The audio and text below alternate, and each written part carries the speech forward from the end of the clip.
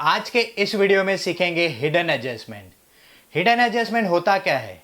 Hidden adjustment वो adjustment है जिसको हमें ट्रायल बैलेंस के नीचे एडिशनल इंफॉर्मेशन में नहीं दिया गया है, बट ये दिया गया है खुद ट्रायल बैलेंस में। एक अगर इसका एग्जांपल बताऊं तो 10% गवर्नमेंट बॉन्ड, दूसरा एग्जांपल आ जाएगा एडवर्टाइज 10 मंथ्स। ऐसे ही कुछ एडजस्टमेंट मैं सॉल्व कर रहा हूं आज के इस वीडियो में। जल्दी से वीडियो को शुरू करते हैं, वक्त नहीं बर्बाद करेंगे। हिडन एडजस्टमेंट के लिए मैं अपनी टेक्स्ट बुक के ही सम्स ले रहा हूँ। यहाँ आप देख सकते हो, ये है फर्स्ट सॉल्व सम।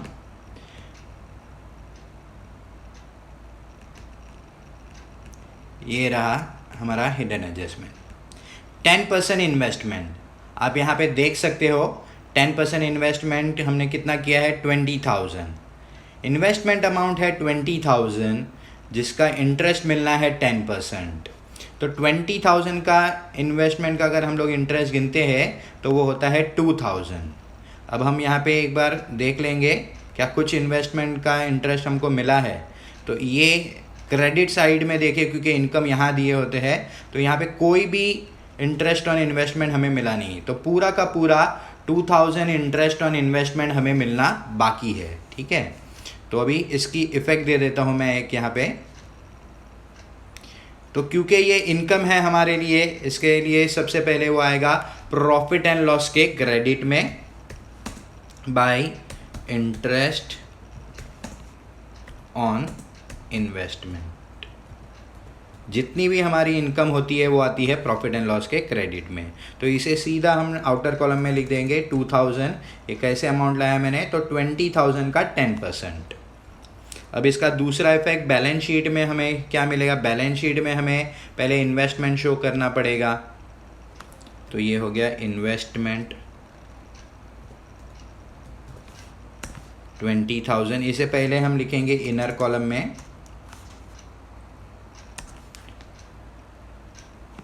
ऐड कर देंगे ये इंटरेस्ट को। ये क्यों ऐड हो रहा है, क्योंकि इन्वेस्ट किया है 20,000, उस पर मिल गया और मिलने वाला है 2,000।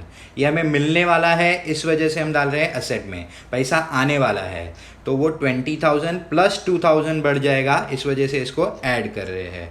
Interest on investment 2,000।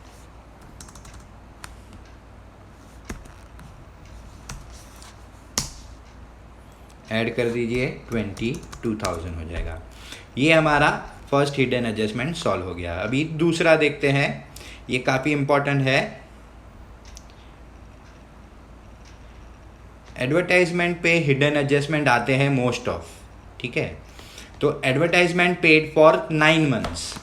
अगर मैं आपको पूछूं कि फाइनल अकाउंट के जो सम्स होते हैं उसमें हम कितने टाइम पीरियड के लिए हम लोग कैलकुलेशन करते हैं, तो मोस्टली वो होते ही है 1 ईयर के लिए। जो भी हिसाब होता है फाइनल अकाउंट में वो होता है 1 ईयर का। तो 1 ईयर मतलब 12 मंथ्स। तो यहाँ पे हमको दिया है advertisement paid for 9 months. Advertisement paid for 9 months का मतलब क्या हो जाता है कि अभी तक हम लोगों ने 12 महीने में से सिर्फ 9 मंथ का ही पैसा भरा हुआ है, और ये जो सामने 4,500 दिया हुआ है वो 9 मंथ का ही है। तो 9 मंथ का 4,500, तो हमें ये ढूंढना होगा कि 1 मंथ का कितना। तो उसके लिए क्या करिए आप, 4,500 डिवाइड बाई 9 करिए। तो 4,500 को जब आप डिवाइड कर देंगे 9 से तो आपको आंसर मिलेगा 500। ठीक है, तो 500 अगर 1 मंथ का है तो मेरा सवाल ये है, जहाँ यहाँ हमारा कितना भरना बाकी है, 3 मंथ्स का। तो 3 मंथ का अभी भी भरना बाकी है, तो वो है आउटस्टैंडिंग, क्योंकि वो पे करना बाकी है एडवर्टाइजमेंट का। तो ये हमने पे नहीं किया, तो ये हमारे लिए है आउटस्टैंडिंग। तो आउटस्टैंडिंग को हम लोग क्या करते हैं, ऐड करते हैं। वो भी मैं करके बता देता हूँ आपको, बट 3 मंथ्स का कितना होगा वो कैलकुलेट कर लेते हैं। 500 जो है 500, उसको आप 3 से मल्टीप्लाई करिए। 500 इंटू 3 जब आप मल्टीप्लाई करेंगे तो आपको आंसर मिलेगा 1,500। तो हमारा कितना अनपेड एडवर्टाइजमेंट है, तो 1,500। तो यहाँ पे मैं इसको शो कर देता हूँ। सबसे पहले एडवर्टाइजमेंट कहाँ पे आएगा? एडवर्टाइजमेंट एक सेल्स का खर्चा है। हम एडवर्टाइज़ क्यों करते हैं गुड्स को? हम लोग गुड्स को एडवर्टाइज इसके लिए करते हैं ताकि हमारी सेल्स बढ़े। तो ये जो भी सेल्स और ऑफिस से रिलेटेड एक्सपेंसेस है वो सारे किधर आते हैं? प्रॉफिट एंड लॉस के डेबिट में। तो यहाँ पे हम शो करेंगे टू एडवर्टाइजमेंट,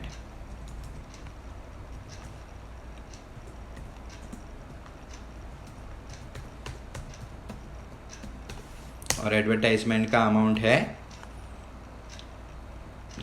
4500, जिसमें और कितना पे करना बाकी है करंट ईयर का? तो वो है आउटस्टैंडिंग एडवर्टाइजमेंट एक्सपेंसेस,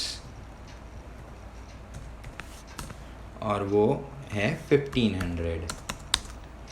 तो टोटल 6000 हो गया एक्सपेंस, और ये पे करना बाकी है। कोई भी चीज़ मिलनी बाकी है तो एसेट्स, और कोई भी चीज़ पे करना बाकी है, जिस किसी को भी हमें पैसा पे करना है, वो हमारे लिए हो जाती है लाइबिलिटीज़। तो आउटस्टैंडिंग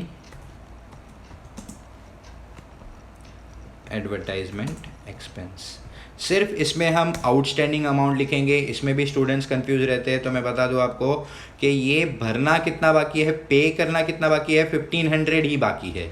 तो वही शो करना है बैलेंस शीट में, क्या पे करना बाकी है। तो ये कॉन्सेप्ट याद रखिए दिमाग में। तो ये हो गया हमारे 2 एडजस्टमेंट। आगे देखते हैं सिमिलर टाइप के एडजस्टमेंट। एडवर्टाइजमेंट से ही रिलेटेड है। एडवर्टाइजमेंट फॉर 2 ईयर्स, ये है एडवर्टाइजमेंट फॉर 2 ईयर्स। हमने 2 ईयर्स का पे कर दिया। ये पहले वाले से थोड़ा अपोजिट है, अलग है। पहले में हम लोगों ने 12 महीने यानी कि 1 ईयर के बदले हमने कम भरा था, इसमें हमने एक्स्ट्रा भर दिया है। तो यहाँ पे हमने 2 ईयर्स का भर दिया है। और मैंने आपको पहले ही बताया फाइनल अकाउंट कितने टाइम पीरियड के लिए बनता है? 1 ईयर के लिए।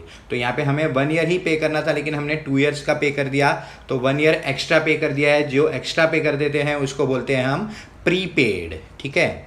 तो 2 ईयर्स एडवर्टाइजमेंट का भरा है हमने 4000। तो 4000 को आप डिवाइड करिए 2 से, तो आपको आंसर मिलेगा 2000। यानी कि 1 ईयर का एक्सपेंस कितना है एडवर्टाइजमेंट का? सिर्फ 2000, लेकिन हमने पे किया है 4000। तो आप देखिए मैं क्या कर रहा हूँ अभी। 2 एडवर्टाइजमेंट, वापस वो आएगा पीएनएल में, सेल्स का खर्चा 4000, इसको आप करिए लेस प्रीपेड एडवर्टाइजमेंट एक्सपेंस। इस बार ये प्रीपेड है, इसके लिए मैं लेस कर रहा हूं क्योंकि एक्स्ट्रा पे हो गया है। तो जो एक्स्ट्रा हो गया है उसको हटा देना है यहां से। तो वो यहां पे मैं पहले आउटर कॉलम में लिखूंगा 2000, जो ये साल का है।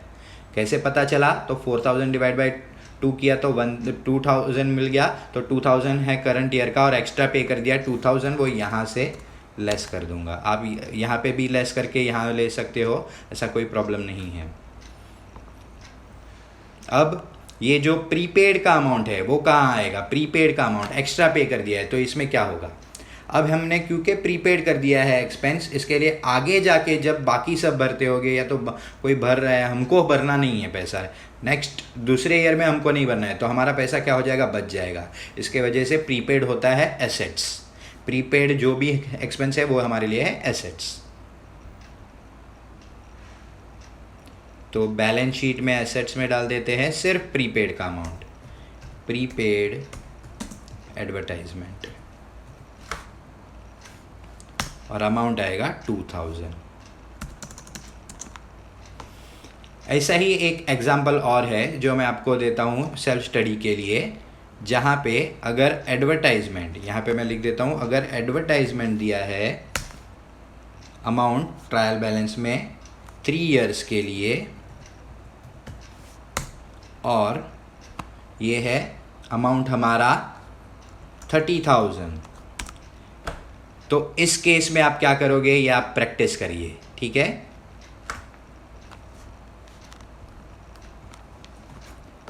अब मैं आगे दूसरा एडजस्टमेंट लेऊंगा।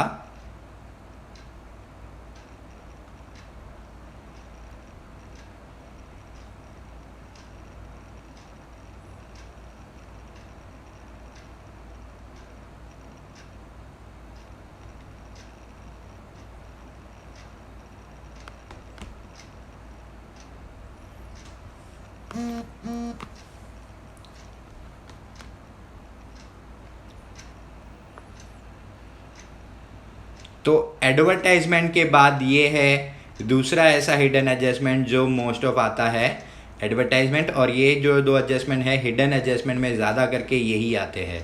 तो ये है 12% गवर्नमेंट बॉन्ड। 12% गवर्नमेंट बॉन्ड हमने खरीदे हुए हैं, बट हमने ये कब खरीदे हुए हैं तो 1 जैन 2019, और हमारा ईयर ये ख़त्म हो जाता है 31 मार्च 2019 को। ये देखिए 31 मार्च 2019 को हमारा ईयर ख़त्म हो रहा है, और हमने ये ख़रीदा है 1 जैन को।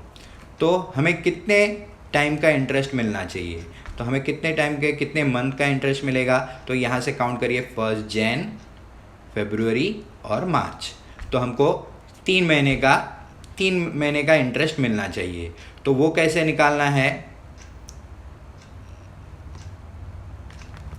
15,000 इंटू, यहाँ आप इंटू करिए, यहाँ पे एक्सेल में वो ऑप्शन नहीं है मेरे पास, एस्ट्रिक डाल सकता हूँ बट आप समझ लीजिए 15,000 इंटू 12 अपॉन 12 के नीचे एक लाइन करिए और अपॉन में लीजिए 100, 12% का यहाँ पे और एक मल्टीप्लाई करिए और यहाँ पे लिखिए 3/12। तो 3/12 क्यों लिखा है, क्योंकि मैं 12 में से 3 महीने का ही इंटरेस्ट निकालना चाहता हूँ, और 3 महीने क्यों, तो जनवरी, फरवरी और मार्च। तो 12 में से 3 महीने का मैं इंटरेस्ट निकालना चाहता हूँ, इस वजह से यहाँ पे मैं जब ये इसको सॉल्व करूँ तो 12 कट हो जाएगा, 20 कट हो जाएगा, 150 इंटू 3 करेंगे तो आंसर आएगा 450। ओके, तो हमें कितना इंटरेस्ट मिलना चाहिए था, 450 इंटरेस्ट मिलना अभी भी बाकी है। तो ये इंटरेस्ट अभी भी मिलना बाकी है, तो ये ऑफकोर्स हमारे लिए इंटरेस्ट मिलना बाकी है। इन्वेस्टमेंट करोगे तो आपको इंटरेस्ट मिलेगा, आप किसी को नहीं पे करने वाले, आपको पैसा मिलना है, तो वो ऑफकोर्स एसेट्स में आएगा। तो सबसे पहले मैं बैलेंस शीट में इधर एक डाल देता हूँ, यहाँ पे 12% गवर्नमेंट बॉन्ड, 12% गवर्नमेंट बॉन्ड, इसका अमाउंट है यहाँ पे 15,000, और इस पे हमको इंटरेस्ट मिलना है तो इसे ऐड करना होगा, इंटरेस्ट रिसीवेबल या अक्रूड इंटरेस्ट जो मिलना बाकी है।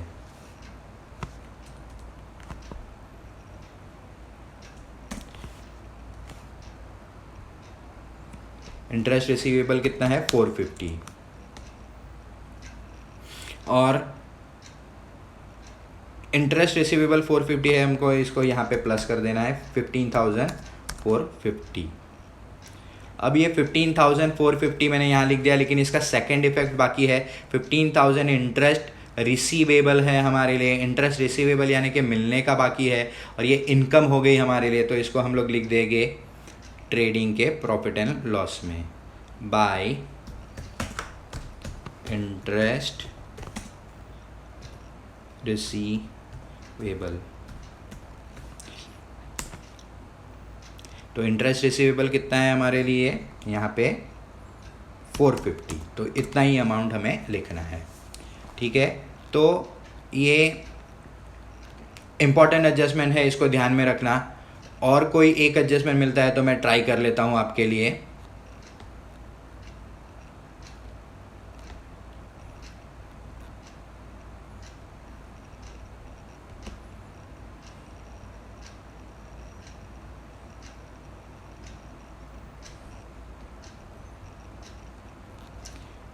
ये देखिए, ये इम्पॉर्टेंट एडजस्टमेंट है, इंश्योरेंस फॉर 9 मंथ। ये भी सिमिलर टू एडवर्टाइजमेंट ही है, यहाँ पे हमने कम पैसे भरे हैं। इंश्योरेंस हमें कितना साल का, कितने टाइम का पे करना चाहिए, हमें पे करना चाहिए 12 मंथ, लेकिन हमने सिर्फ बनाया 9 मंथ्स का। तो 9,000 और 9 मंथ, ये जो 9,000 है वो 9 मंथ का है, तो 1 मंथ का कितना, उसके लिए क्या करेंगे हम लोग स्टूडेंट्स, तो 9,000 डिवाइड बाई 9 कर दो तो आ जाएगा 1,000, यानी कि हमें एक महीने का कितना भरना है 1,000, और अभी तक हमने कितना नहीं भरा, यहाँ पे 3 मंथ्स का नहीं भरा, यानी कि 3,000 हमने नहीं पे किया। तो ये 3,000 हम लोग आउटस्टैंडिंग इंश्योरेंस लेंगे। ठीक है, ये भी कर लेते हैं हम, टू इंश्योरेंस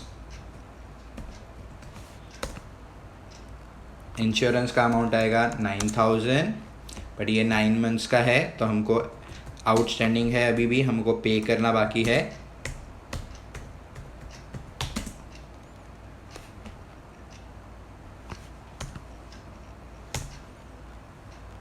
और वो कितना है 3,000। ये कैसे आया, तो 3 मंथ का 9,000 डिवाइड बाई 9, 1,000, 1,000 इंटू 3,000, तो टोटल 12,000 पे करना है। और ये आउटस्टैंडिंग इंटरेस्ट हमें पे करना है, इसके लिए ये हमारे लिए लायबिलिटी है, तो हम इसे बैलेंस शीट में भी डाल देंगे।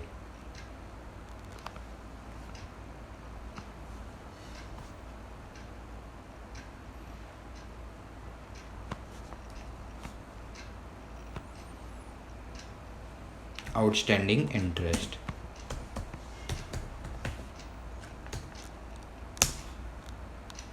आउटस्टैंडिंग इंश्योरेंस है,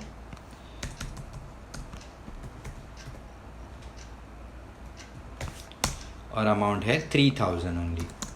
जो आउटस्टैंडिंग है वही लिखना है, ओके। और कोई देखते हैं,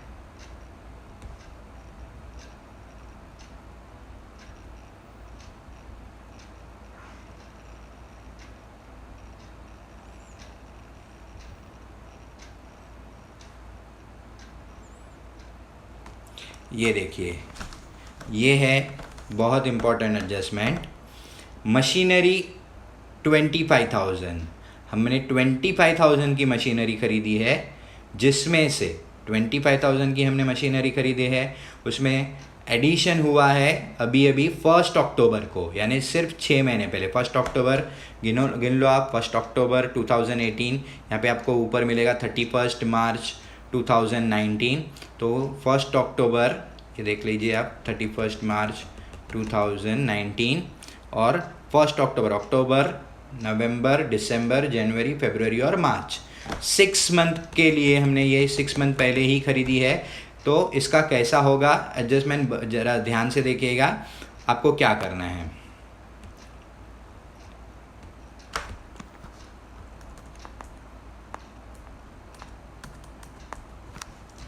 सबसे पहले ले लीजिए 25,000। अब इसको 2 पार्ट यहाँ से कर दीजिए, 25,000 के क्या 2 पार्ट कर दीजिए। तो 25,000 का एक तो पहले हम लोगों ने जो अभी न्यू ख़रीदा है, अभी जो न्यू ख़रीदा है वो है 10,000। वो इन्फॉर्मेशन कहाँ से मिली, तो मुझे क्वेश्चन में से ही मिली है वो इन्फॉर्मेशन, 10,000। तो 10,000 न्यू है हमारे पास, तो 25 में से 10 न्यू है, तो ओल्ड कितना होगा, तो 25 माइनस 10 करो तो ओल्ड कितना है 15,000। ये हो गए 2 पार्ट। तो ये है हमारा ओल्ड और ये है हमारा न्यू। अब ये ओल्ड न्यू समझ गए। अब इसका टाइम देखते हैं, ये है 1 ईयर के लिए हमारे पास पहले से है, और ये अभी हमने ख़रीदा है 6 मंथ्स के लिए। तो उस हिसाब से जो 1 ईयर है उसको पूरा डेप्रीशिएशन लगेगा। डेप्रीशिएशन का रेट क्या है चेक कर लेते हैं हम, एडजस्टमेंट में तो नहीं मिलेगा, वो नीचे ही मिलेगा, ये रहा। तो ये है हमारा मशीनरी 10%, ओके। तो 10% डेप्रीशिएशन देंगे हम इनको। तो 15,000 पे आप 10% ले लो, इसके लिए एक ज़ीरो कट कर लो पीछे से, तो 1,500 आ जाएगा। और 10,000 का क्या करना है, तो 10,000 इसका इंटरेस्ट 10%, 10/100, और 6 डिवाइड बाई 12, 6/12। यहाँ पे बीच में मल्टीप्लाई होते हैं, याद रखना, 10,000 इंटू 10/100 इंटू 6/12। तो हम अगर यहाँ पे इसको जब सॉल्व करेंगे तो क्या करेंगे, तो आप ये 1 ज़ीरो ये 1 ज़ीरो ये कट, 1 ज़ीरो ये और 1 ज़ीरो इधर से, तो यहाँ पे बच जाएंगे 1000, और ये 6 डिवाइड बाई 12, तो इसका आंसर आएगा 6 डिवाइड बाई 12 करेंगे तो आएगा 1/2। तो 1000 इधर है और ये 1/2 को जब आप सॉल्व करोगे तो क्या आएगा 500। इसको आप सॉल्व करिए आराम से, आपको मिल जाएगा, इतनी कैलकुलेशन आती रहेगी आपको, तो ये आ जाएगा 500। अब क्या करना है, इसका डेप्रीशिएशन 1500 और ये 500, तो टोटल कितना हो रहा है, तो 1500 प्लस हमको करना है +500, ठीक है। 1500 + 500 करूँगा तो क्या आंसर आ जाएगा मेरे पास 2000। तो टोटल डेप्रीसिएशन कितना हुआ इस पर 2000। तो फिर ये नॉर्मल है, आप नॉर्मल डेप्रीसिएशन के तरीके से इसको ले लीजिए। तो यहाँ पे ले लीजिए मशीनरी,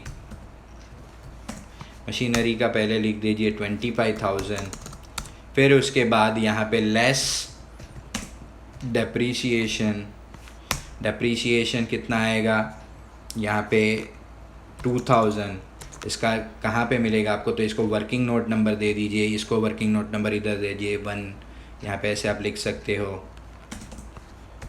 वर्किंग नोट नंबर 1, और यही सेम चीज़ यहाँ पे ऊपर लिख दो वर्किंग नोट 1। ये आपको बैलेंस शीट के दूसरे पेज पे कर सकते हो आप, ये मैंने यहाँ पे ही दिखाने के लिए ले लिया है, बट बैलेंस शीट के पीछे वाले पेज में कर दो आप सारा वर्किंग। तो ये भी 2000 हम लेस करेंगे तो ये हो जाएगी 23,000। और इसका दूसरा इफेक्ट प्रॉफिट एंड लॉस में टू डेप्रीशिएशन ऑन मशीनरी करके आपको दे देना है बाहर, आउटर कॉलम में लिख दीजिए 2000, जो कि इसका डेप्रीशिएशन का अमाउंट है।